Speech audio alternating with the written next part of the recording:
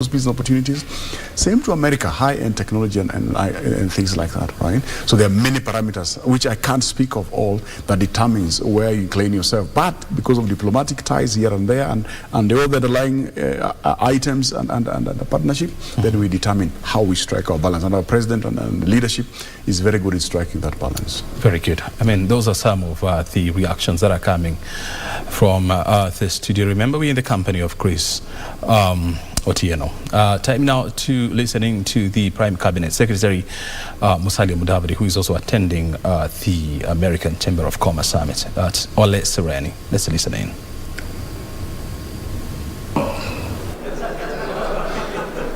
My colleagues, cabinet secretaries, business leaders, ladies and gentlemen, I'll be very brief.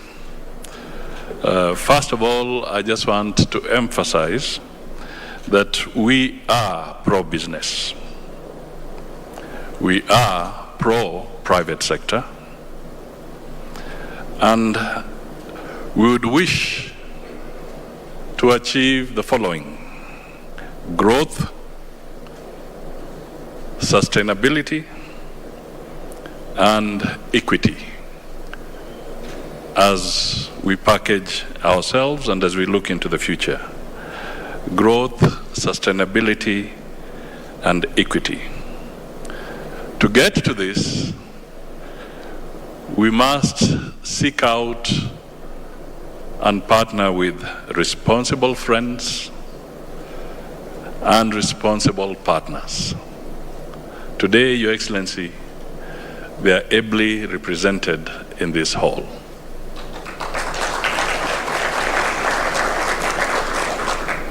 So, as I encourage you to come to the podium in a second or so, let me say this. And Madam Whitman, do not tire. We salute you.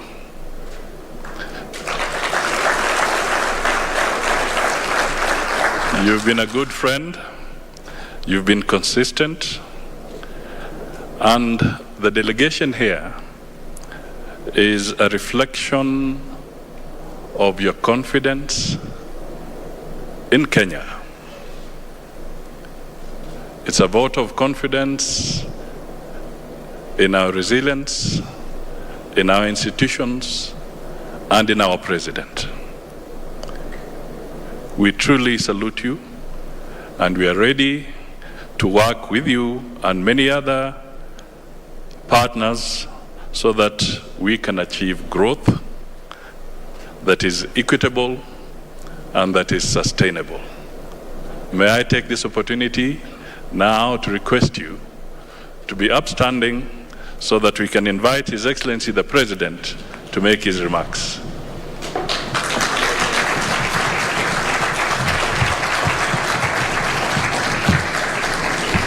Thank you very much, ladies and gentlemen. Let's take our seats. Thank you very much.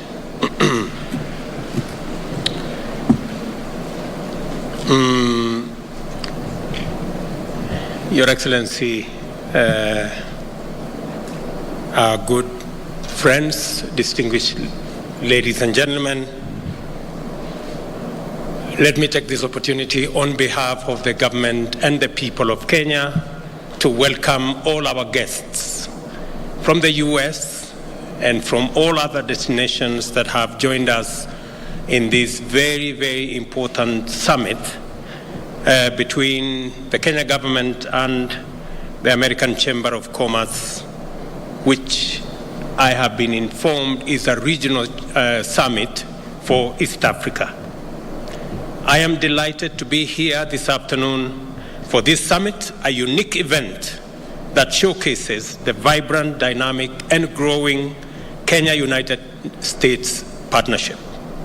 The American Chamber of Commerce Regional Business Summit reinforces our relationship, which stands firmly on the sound foundation of shared values, including commitment to liberty, democracy, and free enterprise. As a matter of fact, just yesterday, we had a virtual meeting with US President Joe Biden and other world leaders at the Democracy Summit, where I underscored our commitment to constitutionalism and the rule of law and respect for institutions. This summit is important because the government of Kenya has embraced and is aggressively implementing the plan for the bottom-up economic transformation of Kenya. We committed to transform the economy by creating a business-friendly environment. Under our plan, we are building the blocks to create wealth.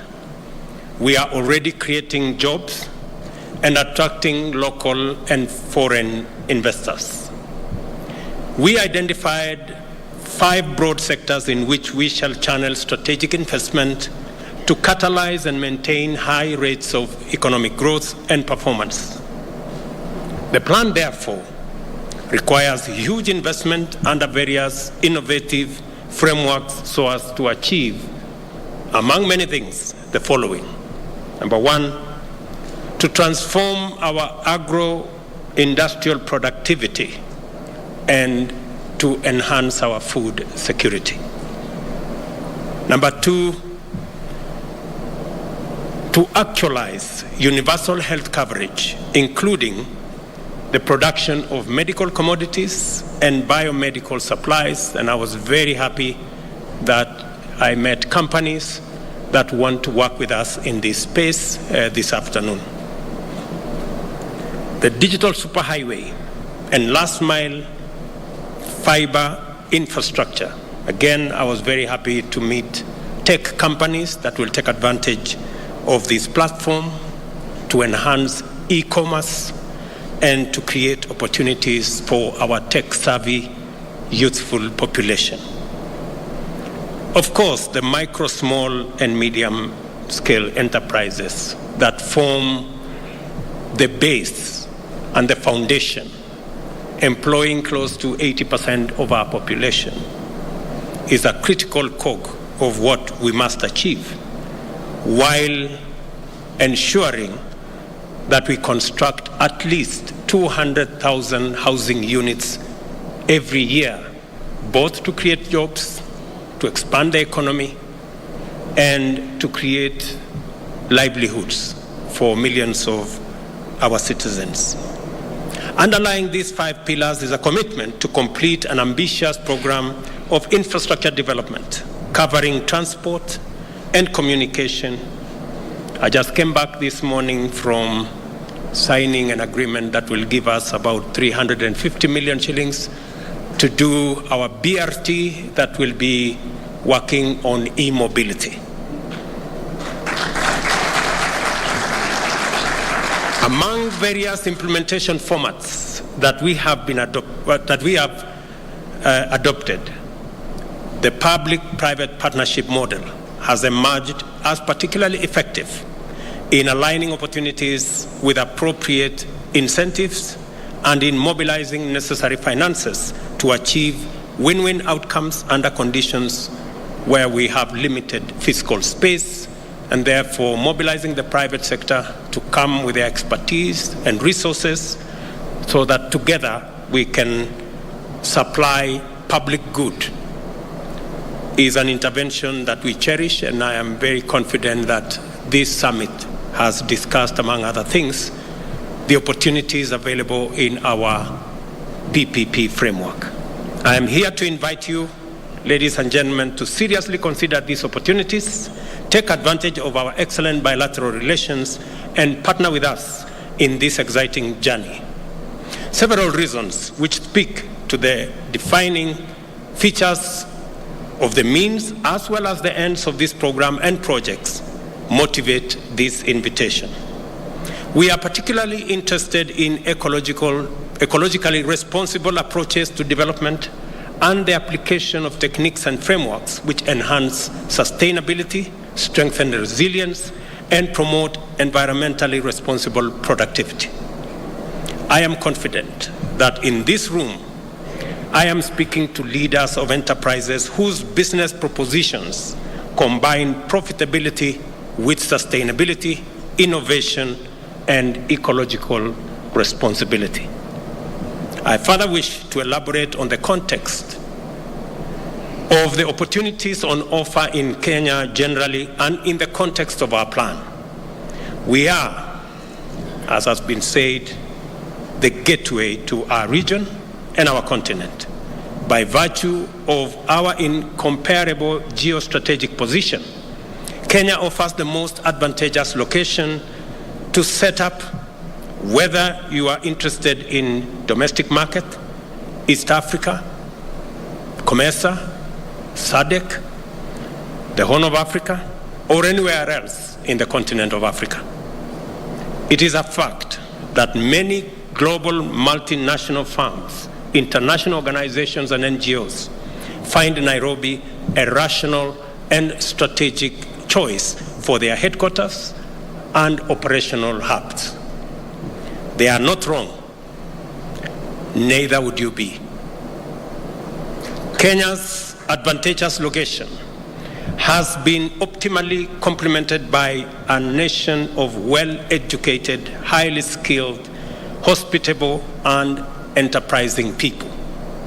Communication is easy, and our labor force is famously agile and flexible. Our Kenyan workforce has and remains probably the greatest strength that we have as a nation. In addition to this attractive package of compelling attributes, we have undertaken tremendous investments to develop transport, communication, and energy infrastructure. We are connected by a good network of ports, railways, roads, and airports spread all over the country. Kenya is also supported by a good energy mix that is 92% green and on the way to becoming 100% green by 2032. Wind and geothermal power generation potential is abundant, including hydro generation resources. As you can see, we are not just a gateway by virtue of geographical accident. We are intentional about refining and strengthening our strategic advantage because Kenya is open for business.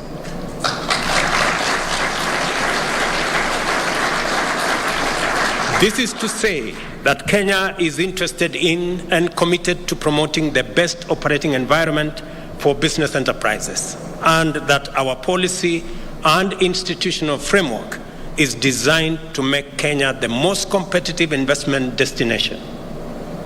It is also to affirm that we are determined to deliver on every single undertaking, commitment, and pledge that we make to any stakeholder, be they citizens, communities, businesses, or our international partners like the ones we have in this room this afternoon. My friends, Kenya is not only open for business, we also mean business.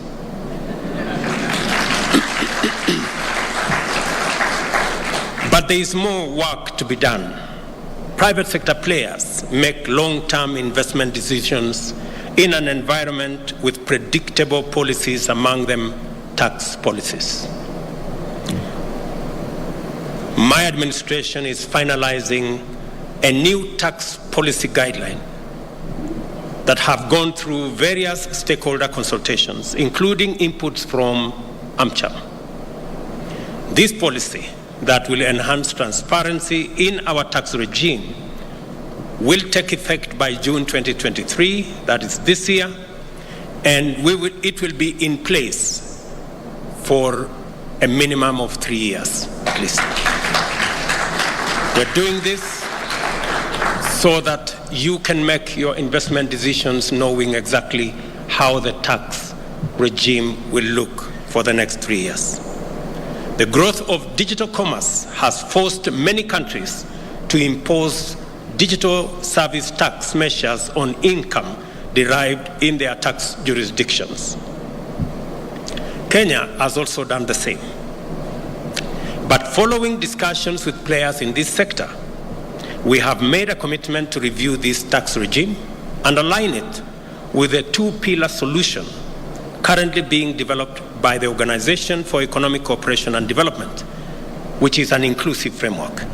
The framework will guide the taxation of digital commerce transactions going forward once the negotiations are complete.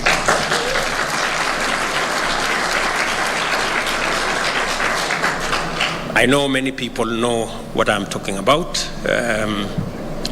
and we have made this policy shift because we consulted and we listened, and we want to create a win-win partnership. One of the key challenges for business community has been the issue of tax, especially VAT on exported services. This tax not only renders us uncompetitive as a country, but it also inhibits investors seeking to make Kenya their regional or global services hub. Many companies are already operating out of Kenya and servicing regional markets. Following consultations again with stakeholders, VAT on exported services will be removed in the finance bill.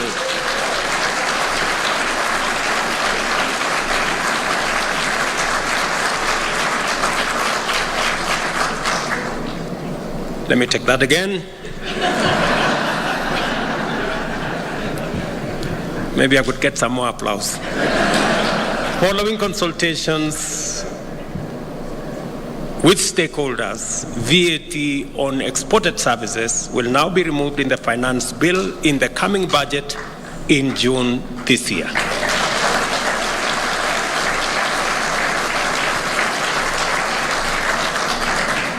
The issue of tax refunds has remained a thorn in the flesh for many companies. Not local companies alone, even foreign companies and many corporates that work with us. The government of Kenya is making again a policy shift on this matter. And as a result, effective June this year, all verified tax refund claims will be payable within 6 months.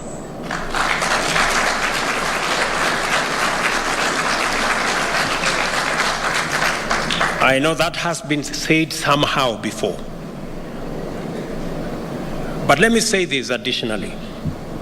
If, for whatever reason, a refund is not made by the Kenya Revenue Authority within this period, the taxpayer can offset their claim against future tax liability without further application to the Kenya Revenue Authority.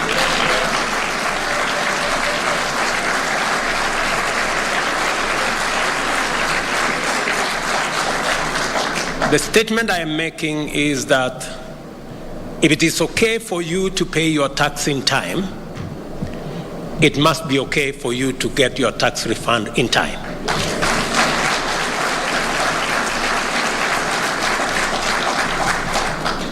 And if we fail, for whatever reason, after you have paid your tax in time, I am saying, after 6 months, all verified tax refunds, you can net off from what you're supposed to pay to the government of Kenya. That way, we will eliminate any possibility of tax refunds outstanding for more than 6 months. And I think that is, we have taken that policy position because I have had this challenge of tax refunds ever since I became part of government. The government of Kenya is keen to make Kenya the top innovation hub on the continent and attract new ideas, often executed by startup companies. However, I have received complaints that we impose what we call employee benefit tax on allocated shares to employees of startup companies, even before any value is realized on these shares.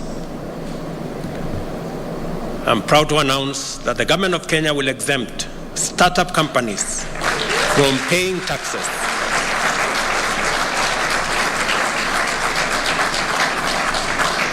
The government of Kenya will exempt startup companies from paying taxes on such unrealized gains on employee allocated shares starting July 1 this year. I know I'm speaking to many Kenyan startups. I know I'm also speaking to many startups from everywhere in the world. It's only fair that we give these startups a chance to be by not imposing unnecessary restrictions, especially when initially they are not able to pay as much for their employees. And in exchange, they want to allocate some shares. It's not fair for anybody to be asked to pay tax on shares that you have been allocated before you sell the shares. I think you can only pay tax when you sell the shares. I am committed to make Kenya one of the most attractive places to do business. As you may know, Kenya has been ranked the third most attractive place to do business in Africa by World Bank under its ease of doing business scheme. We continue to build on this success story. We are also reviewing our special economic zones and export processing zones laws to remove impediments to attracting new local and foreign investments. The raft of amendments are under stakeholder consultations, and Moses Kuria will bear me witness, and we intend to have a new set of incentives by July 1 this year. The national ICT policy requires foreign ICT entities that set up in Kenya to have a 30% domestic equity. This position is untenable and has made it impossible for large corporations to invest in Kenya.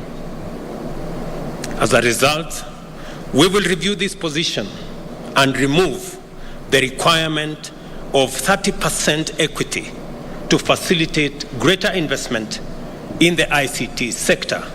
And additionally, our data protection law is aligned to support robust growth in data storage.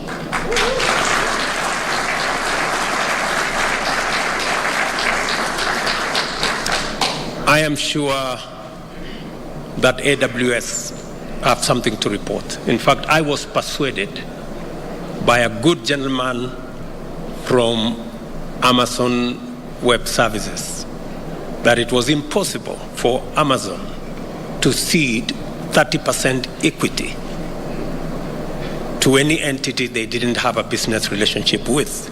And as a result, they were holding their investment in our country. I hope Amazon, now that I have kept my part of the bargain,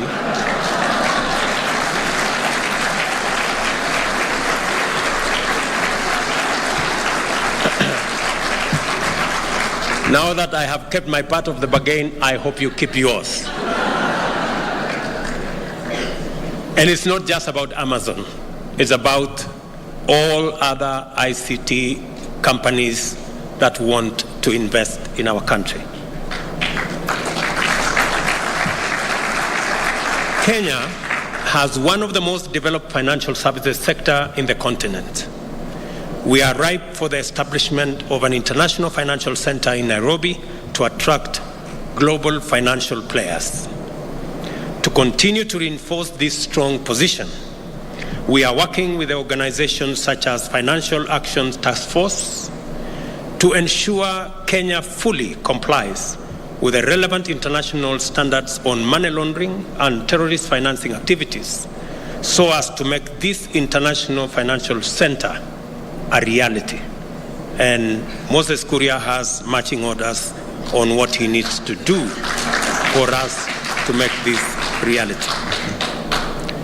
And to cement our partnership in trade and investment, the American Chamber of Commerce, the government of Kenya, and the United States have today, right in front of us here, launched a trilateral business dialogue to address and resolve the challenges of U.S. investors and businesses in Kenya. This new trilateral platform scheduled to meet every 3 months, will serve as a key convening body to jointly tackle investment challenges and is a demonstration of the government of Kenya's commitment to hearing directly from the U.S. business community. I wish to affirm that we are determined to deliver on every single undertaking, pledge, and commitment, both to our friends and to all our citizens. I will now cover a few areas where interesting activities is taking place to highlight the opportunities and progress in Kenya. We are interested in modernizing food production to achieve food security and anchor agro-industrial manufacturing. The lifting of the long-awaited ban on GMO crops is intended to bestow the benefits of safe technology to support agricultural abundance. The Kenya food exports to the U.S. increased by nearly 10% in 2022 to reach US dollars 190 million. There are opportunities to leverage US-Kenya investments and collaboration to grow the agricultural sector and take full advantage of the US market. Del Monte, for example, the largest private sector employer in Kenya, has invested US dollars 5.5 million in a new state-of-the-art fruit packaging facility as part of its diversification program. The facility has a processing capacity of 60,000 metric tons of fresh fruits and vegetables a year and has created 280 jobs already. Del Monte's plan is to source pineapples, avocados, mangoes, French beans from local growers in Murang'a, Kiambu, Machakos, and other counties, engaging about 2,000 farmers. I am delighted to share that Kentegra, that was already mentioned by Moses, a US-Kenya company at the forefront of restoring our country's position as the leading producer of organic pyrethrum insecticides, is building a new pyrethrum refinery in Nakuru. With support from the US government, this refinery will benefit about 90,000 farmers in 5 counties. I had the privilege to connect Ambassador Meg with the 5 governors so that they can provide scale for this factory. And in fact, as the Nakuru Governor Susan Kihiga said in January when she announced the new investment, and I quote her, "I am a very big champion of pyrethrum, and I am convinced we can make it one of our main cash crops and best money maker again." This reminds us of where Kenya was a few years ago. The Kenya-US partnership is at the center of this industrial revival. Synergy, a US investment and innovative company founded by young Massachusetts Institute of Technology graduates that turns waste into fertilizer, fuel, and animal feed, will expand their farm and organic waste collection, more than doubling their production of affordable, locally produced agricultural inputs to the benefit of at least 10,000 farmers. The expansion of the factory will also create at least 300 new jobs. Leveraging US agriculture and green technology solutions can help Kenyan farmers adapt to drought and climate change. For example, the partnership with US solar irrigation company SunCulture will expand their pay-as-you-go model to make this technology accessible to more than 10,000 Kenyan farmers, with a potential for increasing their yields and incomes by up to 40%.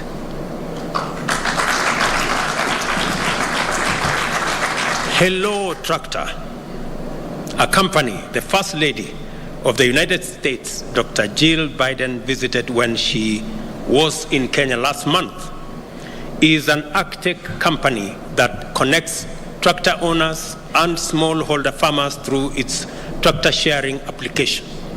With John Deere, they are scaling up operations throughout Kenya, combining Hello Tractor's ability to unlock the last mile of digital agriculture with John Deere's sector know-how and investment creates significant opportunities to add additional services to smallholder farmers, such as climate-smart agriculture, operator training, and agronomist services.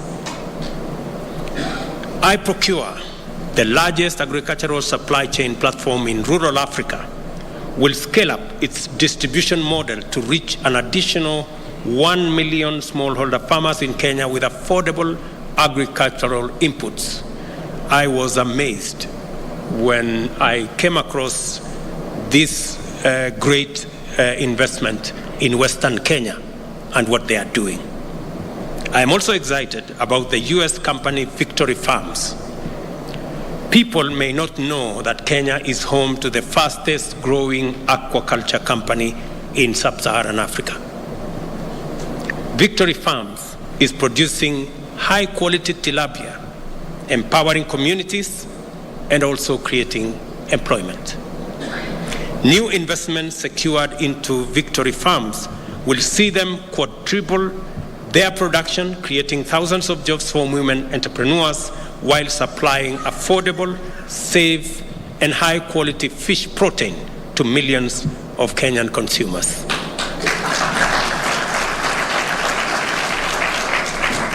And of course, the big story, the apparel sector, is soaring and primed for even more growth.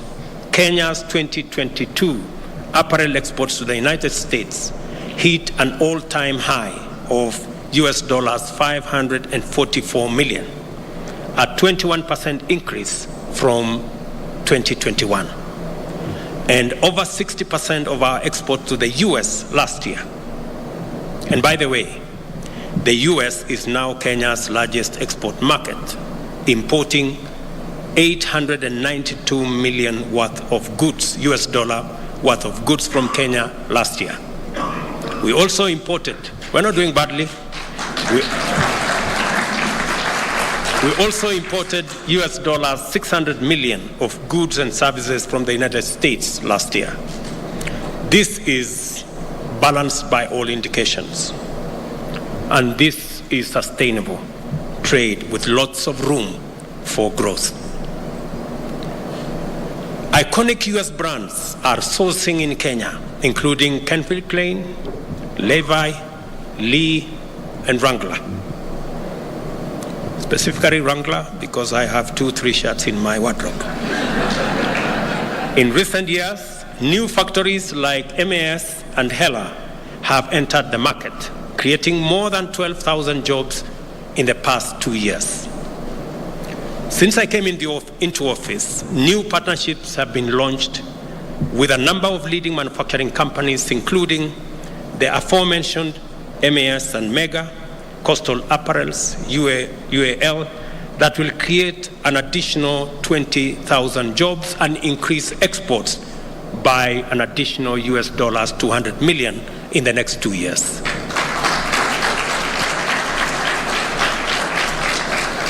And I must give credit, due credit, to Meg Whitman. If there was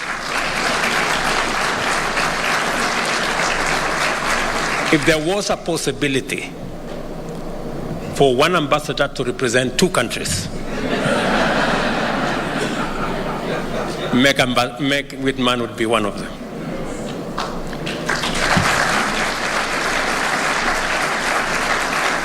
She has ably represented the US, and she has, in a very sterling way, represented Kenya.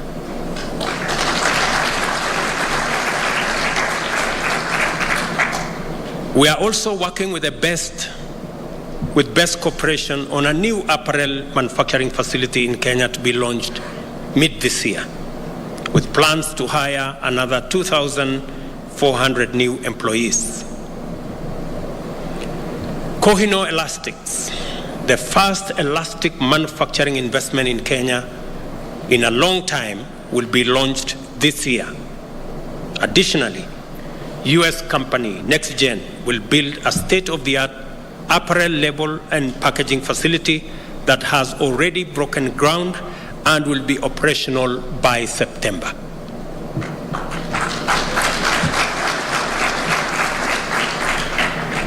Let me talk a bit about innovation. From the Silicon Savannah to the green energy sector, many innovative companies are already calling Kenya home. Like agriculture and apparel, there is huge growth potential in this priority sector.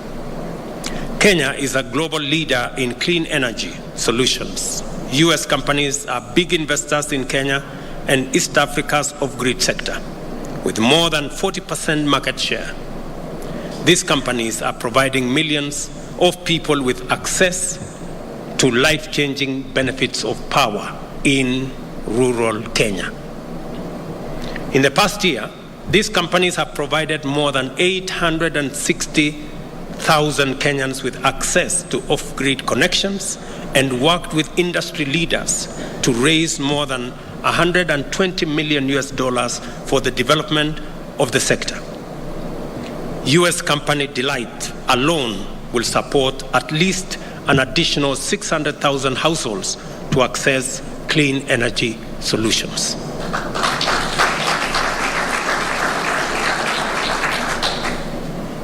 Milele Energy, a U.S. company, has just concluded a deal to acquire part of the Turkana wind power project, one of the largest in Africa and producer of over 20% of Kenya's electricity in 2022. This is together with plans for expansion. Sympion Power, another American company, is closing in on a deal to develop a geothermal plant in our Rift Valley. I am also delighted that plans are moving forward for Kipeto 3 right here in Ngong, a new 50-megawatt grid-connected wind power plant with an integrated battery storage component for the first time.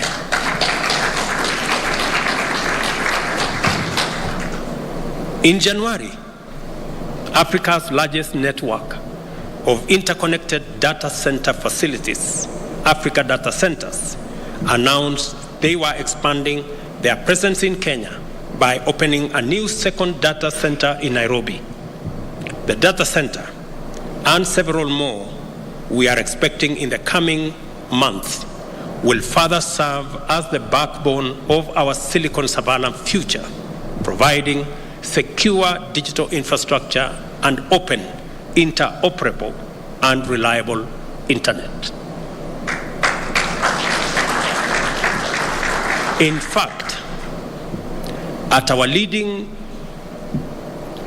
private-owned special economic zone, Tatu City in Kiambu County, CCI Global, the largest business processing outsourcing company in Kenya, is doubling its workforce from 4,000 to 8,000. I had a conversation with Tatu City, and we are finalizing some incentives for them so that we can bring additional outsourcing companies into our country, because we have the best workforce anywhere in the world, and we are very proud of it.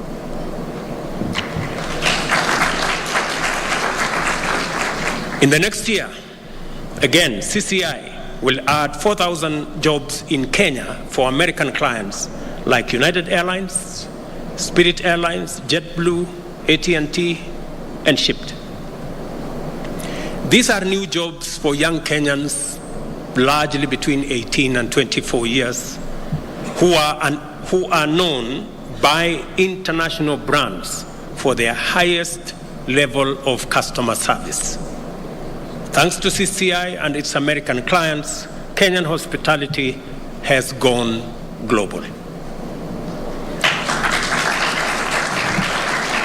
On the Silicon Savannah, I know Kenya can further hone our technology ecosystem to attract business and become the premier destination on the continent for big tech companies and vibrant startups. Full stack software engineering, quality assurance, artificial intelligence, cybersecurity, e-commerce, fintech, architect, sales and marketing, and finance jobs. And that is why we are rolling out an extra 100,000 kilometers of broadband connectivity to make it possible for these fintechs to work with us. And looking forward to Africa's future, Kenya is also the continental leader in e-mobility and 2- and 3-wheeler electric vehicle and buses.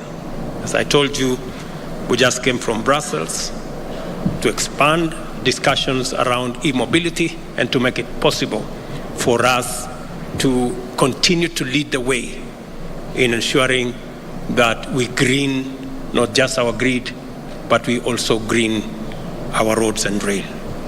We are home to over 30 e-mobility companies, including industry leaders like Kiri-If, Rome, Basico, Akride, PowerHive, while attracting regional players like Ampersand, who expanded into the Kenyan market with US support, and US electric vehicle industry leader, Rivian, who has e-Safari vehicles operating in Kenya. I was lucky to be in one of them recently. These companies and many others are raising significant capital, transforming Kenya and transforming Africa's future. Finally, I want to highlight the medical and pharmaceutical sector, where I have a major announcement to make today. It is with pleasure that I announce a finalized deal between Moderna and the government of Kenya to build a $500 million mRNA vaccine facility in Nairobi.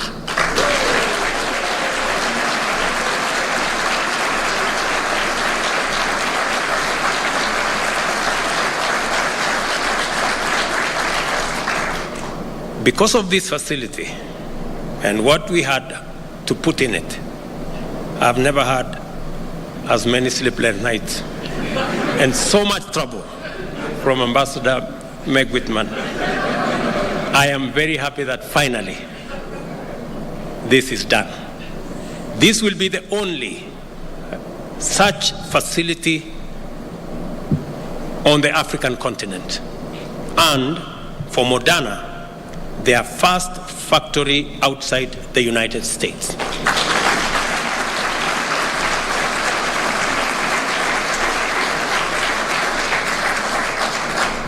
Moderna's close to 70 billion investment will be a catalyst for the medical and pharmaceutical industry, not just in Kenya, but in our continent. This is truly historic. This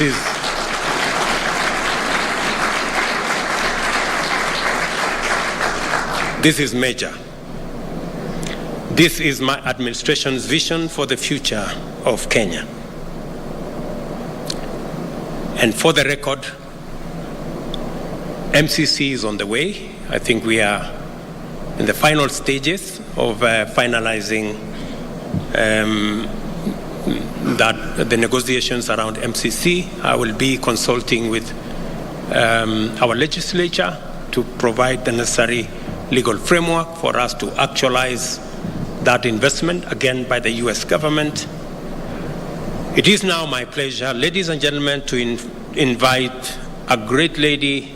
I have had many meetings with her, Shannon Klinker of Moderna, to virtually share some insights on this investment and append her signature virtually on the agreement. The Excellency Dr. Whitman, the Honorable Ambassador Whitman, other cabinet secretaries, representatives of the U.S. government, and distinguished guests. As the steward of Moderna's global public health strategy, it is my distinct pleasure to join you to finalize our agreement to establish an mRNA manufacturing facility in Kenya. This is a momentous agreement, which marks the promise of Moderna's first mRNA manufacturing facility in Africa. And it is grounded in our commitment to being part of the ecosystem that supports the public health needs of Kenya and all people across the African continent. This agreement is a key pillar of Moderna's global public health strategy. With it, we will bring mRNA innovation to Africa to address areas of high unmet need, such as acute respiratory infections, as well as persistent infectious diseases like HIV and outbreak threats such as Zika and Ebola. It also demonstrates our great confidence in the investment climate in Kenya and the importance of utilizing mRNA technology to build resilience and health security in Africa.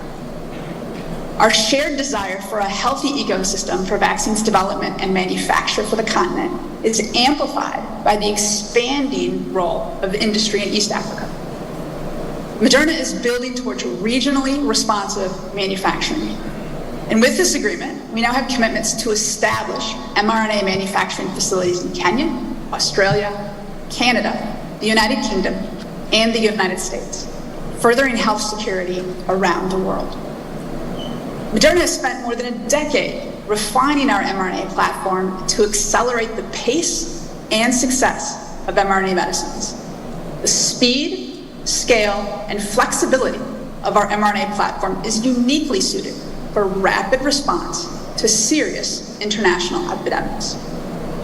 We will prioritize development efforts against pathogens identified as persistent global health threats, including HIV, tuberculosis and malaria, neglected tropical diseases, and the priority pathogens of the World Health Organization and the Coalition for Epidemic Preparedness Innovations. And we are committed to advancing into clinical studies a portfolio of 15 vaccine programs targeting emerging or neglected infectious diseases by 2025. Advancing vaccines that address current diseases of significant impact to low and middle income countries and those that prepare for serious international epidemics. We have much work to do together as we strive to enable access to manufactured mRNA vaccines in Kenya and to build the capability to rapidly scale and respond to public health emergencies in the continent and around the world. Your Excellency President Ruto, on behalf of Moderna's Board of Directors and our CEO, Stefan Bancel, we are very grateful to you and your government for your vision and partnership in this endeavor. And we are also deeply grateful for the leadership of the Honorable Meg Whitman and for her instrumental support of me and of this project. Partnerships like this one are essential to exploring the possibility of mRNA to tackle the world's greatest global public health threats.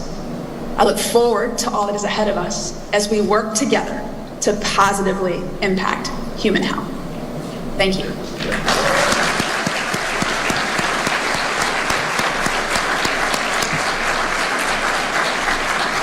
Let me invite Moses Kuria, Cabinet Secretary for Investment, and the Principal Secretary for Investment.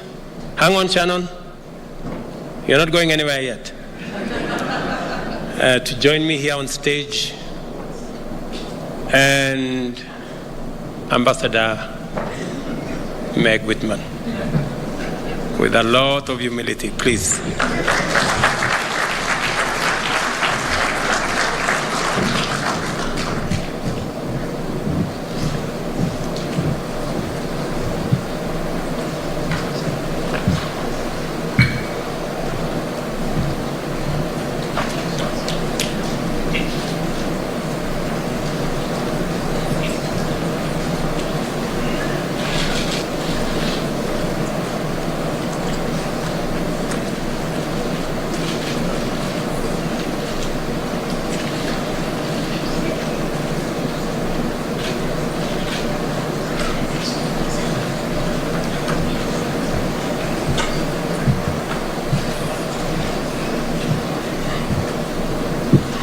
Shannon, are you there? I am here.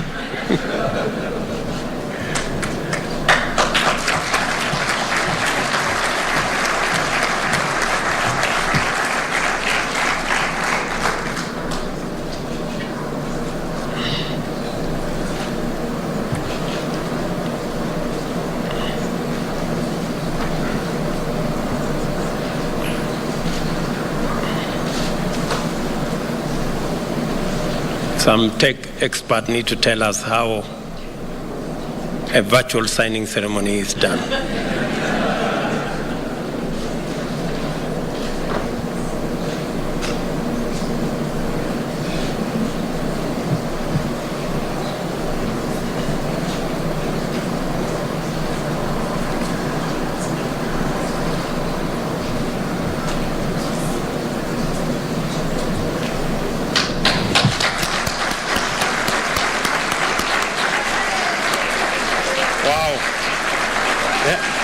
Okay.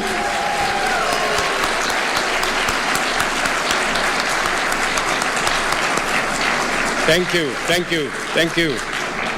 That's how it looks. Thank you, Shannon. You've been exceptional. Thank you very much. Thank you. And as a lifelong hustler, I understand business. The Kenya government understands business. If your business is already here, we welcome your investment, partnership, and future expansion. If you're not here, as we say in Kiswahili, Karibu Kenya, welcome to Kenya. I saw, while I was traveling, the U.S. ambassador's post on the embassy website that read, "Why Africa? Why Kenya?"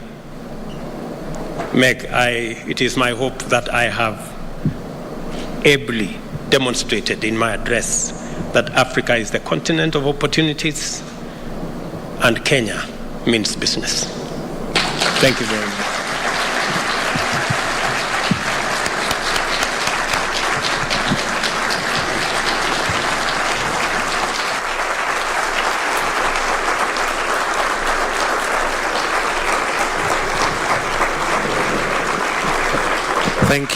Thank you, Your Excellency, for that wonderful, wonderful speech. Come on, let's just give him another round of applause, ladies and gentlemen. Why Africa? We are equally able. Well, that is the ongoing American Chamber of Commerce Summit, which is taking place at Ole Sereni, where President William Ruto has just made his speech outlining various agreements between Kenya and the United States, and one of them is the signing of a 500 million vaccine facility with U.S. pharmaceutical giant Moderna and the government of Kenya, where the U.S. Pharmaceutical conglomerate is going to set up a vaccine facility, the only one in Africa, and the first one in Africa and the only one outside the United States, which will be responsible for supplying the Moderna vaccine to the rest of the world. Other announcement is the acquisition of some shareholdings at the Lake Turkana wind farm by an American company called Milele Power, as well as the construction of a geothermal power plant in Kenya by an American company. Those are some of the issues that the president has outlined. And on issues touching the taxation matters, the president has said that from now going forward, KRA is supposed to be refunding tax refunds within 60 days, whereby affiliate to which one can claim these or from their tax returns. Something else that is worth noting is the fact that American agro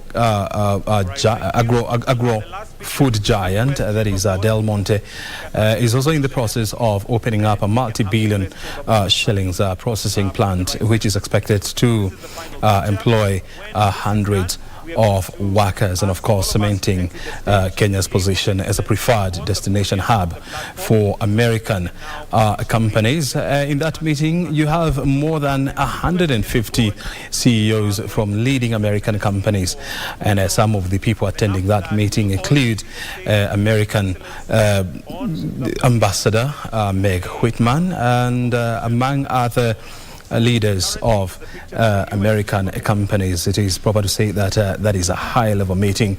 Remember, the AMCHAM meetings have been ongoing for the last 5 years, whereby the AMCHAM seeks to strengthen bilateral ties between Kenya and the United States of America. Remember, President William Ruto has just returned from a trip to Brussels that took him to Brussels, which is the headquarters of the European Union. And of course, he has just said that he had a virtual meeting with US President Joe Biden, and probably these were some of the issues that they discussed. Well, we are still here in studio with Chris Otieno, who is a member of the Protective and Safety Association of Kenya. He has been with us since 2 o'clock, and he's been kind enough, to, or he's willing, or he's kind enough to continue with this conversation. Chris, listening to President William Ruto speech, what struck you the most? What struck me the most is probably the government has been doing quite a lot in the background that we are not aware of. We have seen our government go into a very serious trade sign-off with a giant company backed up by the US, and that is very impressive. You think of a $5 million US investment in the pharmaceutical industry, and the kind of infrastructure that is needed to put that kind of an investment working, then we are saying that quite a number of our Kenyans will have a share of that investment. That is very good in terms of employment rates, and that is a long play in reducing crime numbers in the country. So that is quite impressive. And many more investment that he has mentioned are coming into the country. That really opens up our country to more trade opportunities and to more secured lifestyles for fellow Kenyans. Mm-hmm. Yes. And of course, this is going to be a major achievement, bearing in mind that this MOU, or Memorandum of Understanding, was signed last year, sometimes in March, but it has taken a bit of time, and now we are seeing the government fast-tracking these agreement, culminating with the signing of this contract. Now what we just need to find out is exactly where are the details, like when is the construction of this company expected to start? Yes. Where is it going to be located? Yes. And other details. Would you be having an idea where this is likely to happen? No, I followed the president's speech quite closely, and I heard him say the investment is going to be here in the city of Nairobi. Mm-hmm. But other details of when groundbreaking is, or other demographics involved in establishing this investment, not yet. But I know they'll come out, mm-hmm. and we'll all be subject to the public domain, and we can all enjoy it. Mm-hmm. Yes. There's something else that we were waiting to hear from President Ruto is on the much delayed signing of a trade agreement between the United States and Kenya. Remember, this was initiated by the former US President Donald Trump back in the year 2020. Right. Then COVID came and it was delayed. We thought that it was going to be signed last year. Unfortunately, it never happened.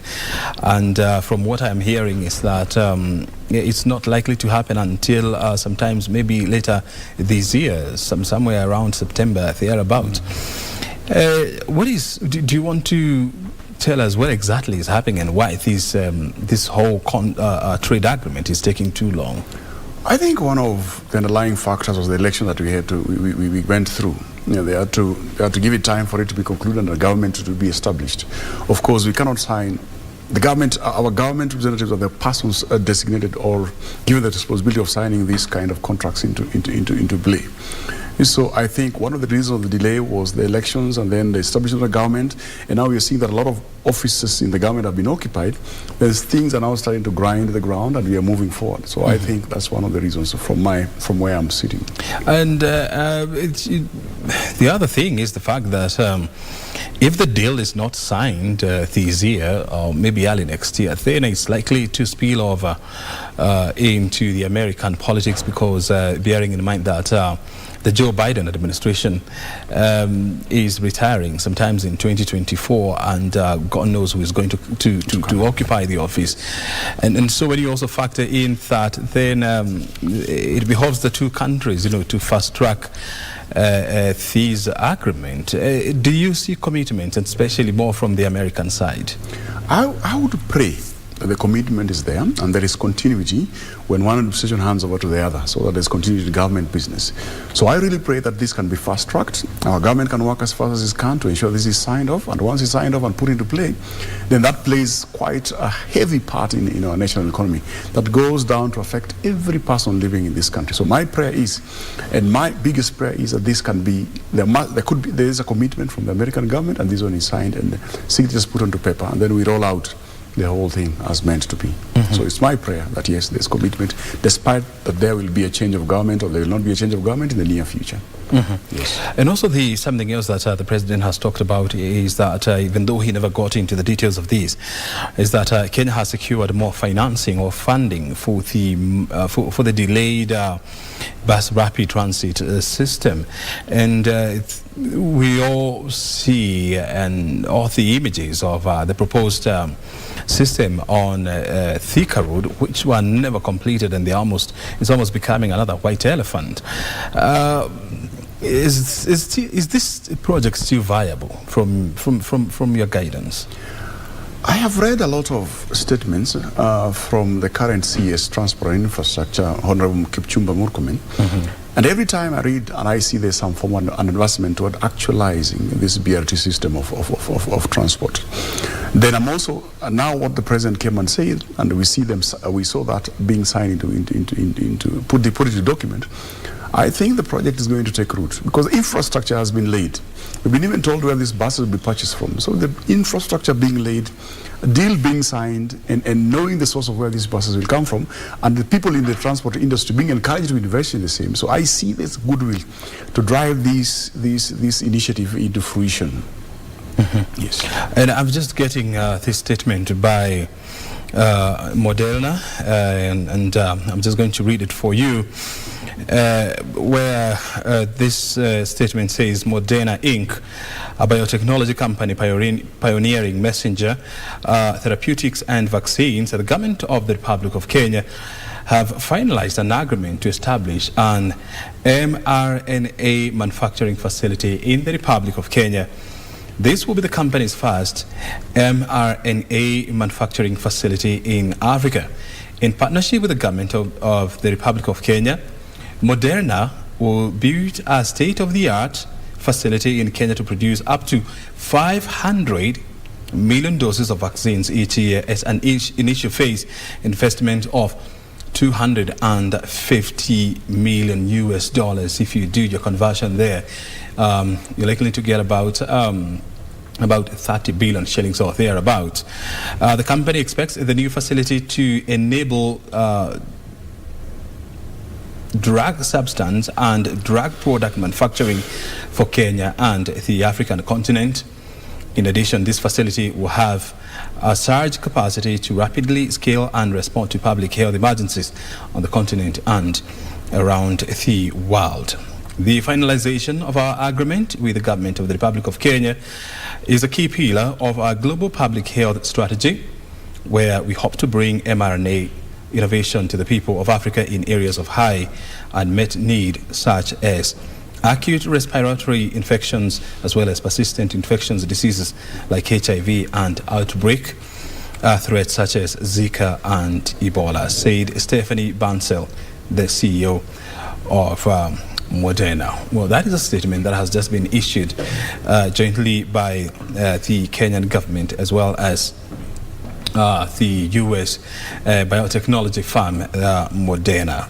The two have just announced the finalization of an agreement for Moderna to set up a $250 million state-of-the-art facility here in Kenya. The details of exactly where and when have not been announced, but this is what exactly we should be looking forward for once the ink dries on the paper. Remember, we are just here in studio with Chris Otieno, trying to analyze the day's event, and of course we have just listened to Kenyan President William Ruto after he came back this morning from a 3-day trip to Europe, where he had conversation with various leading towers in Europe, starting with Germany and ending up in Belgium, Brussels, where he had a conversation with the Prime Minister, with the Prime Ministers of the two countries. Well, still on matters, that meeting with the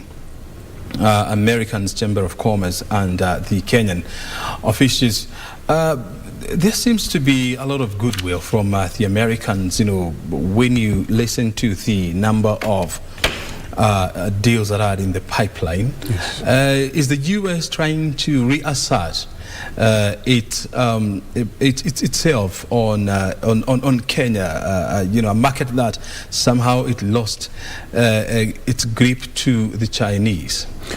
I think from what we've heard today from the president, it's just an indication of the volume of business that the American community is willing to put here in Kenya.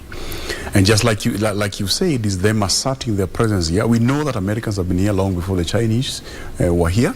And the Chinese government or the Chinese Republic is bringing a lot of competition in the country. So I think the Americans are out now, full arms, full swing to protect their interest that is here.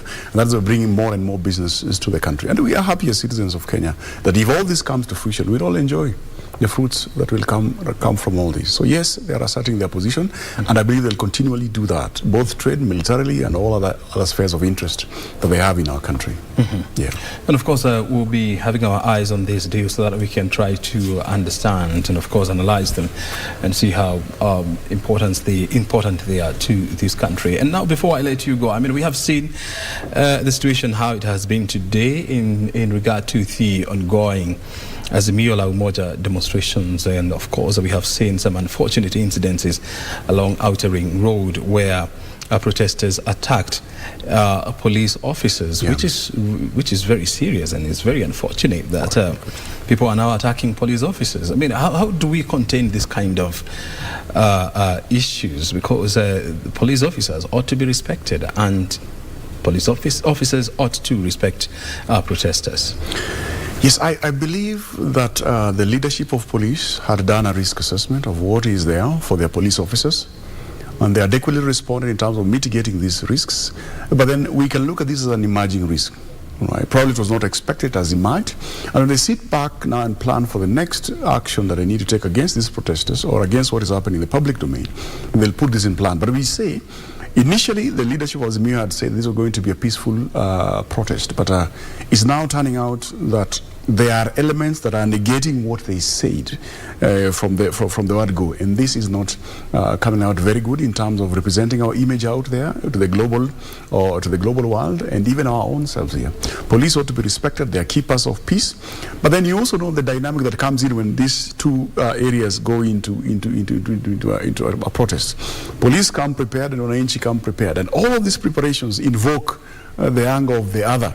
When wananchi who are going to mass protest see that police are that dressed and they've come with equipment, now they are saying, let's try and see how these things happen. Out of curiosity, they start throwing thrones. When this is done, then police also respond. And that interrelationship between the responses from the two brings in some other things that we are seeing, like right now, what is happening, which is not really a good thing for us at this particular time of the day in our country. We just come up from the effects of Corona. It has really brought down our economy and trying to bring it up.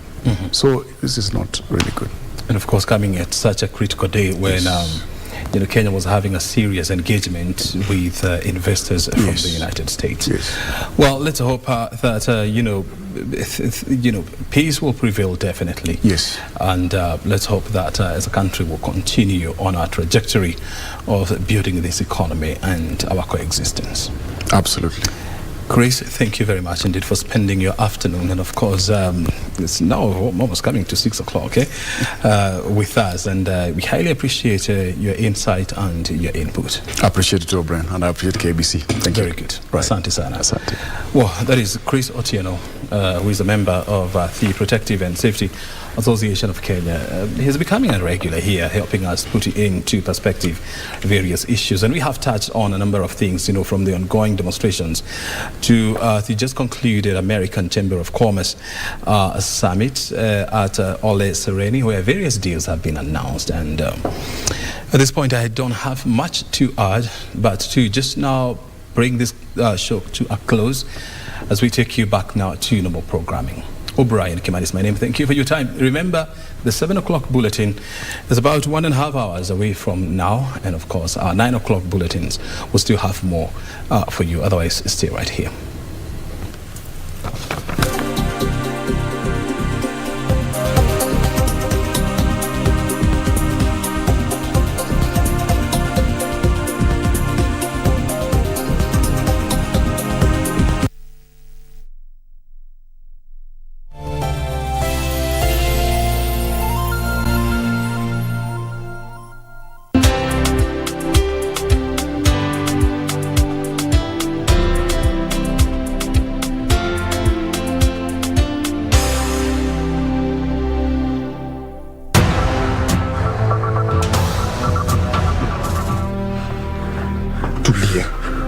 Mbona hukuniambia?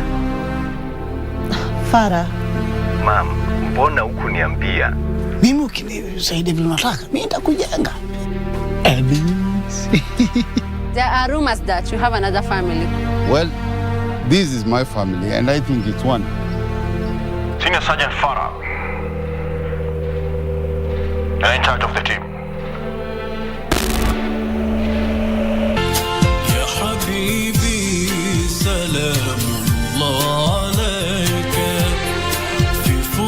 ومن قام ليلة القدر ناتك يسمام ليلة القدر akiwa anafanya ibada yote imani na ihtisaba akiwa